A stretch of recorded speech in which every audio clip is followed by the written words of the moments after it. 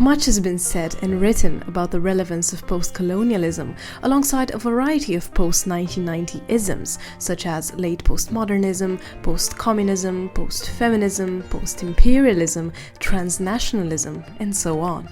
Although all these isms can be confusing, they do make a point about how the colonial past impacts our lives and about how global discourses, of which the ones built around the coronavirus pandemic, still colonize our minds as we go along, day by day, shaping what we think without us even realizing it. The US president has a new approach, labeling the COVID-19 pandemic as a Chinese virus. First of all, what is post-colonialism?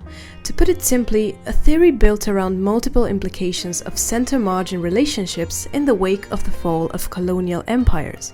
And yet it is still very relevant to today's world, characterized as it is by many new colonial forms such as the domination of the poor by the rich.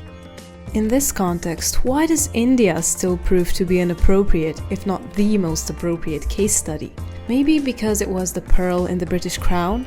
Because it has a literature of enormous consequence for several millennia, but definitely with a great impact on the contemporary world since the 1980s and the 1990s? Or rather because it brought back a well-told, well-written and reassuring storytelling and performance practice? Consider this.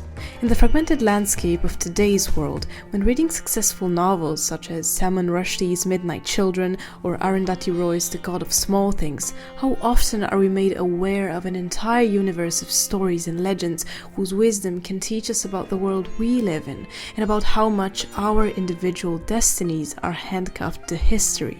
Today's global world is rife with encounters between various forms of difference between East and West in their many shapes.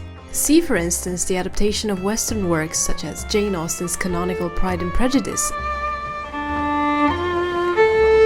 In an Eastern context, Bride and Prejudice, a new twist on Jane Austen's classic tale.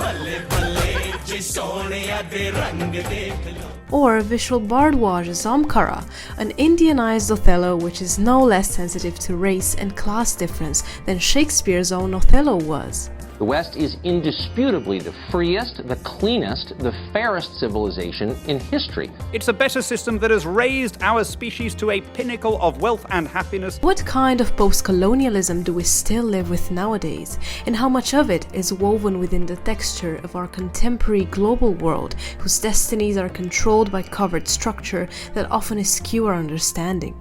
To what extent can contemporary Indian fiction in English provide us with a framework for reflecting on our own everyday lives in our own contemporary global world?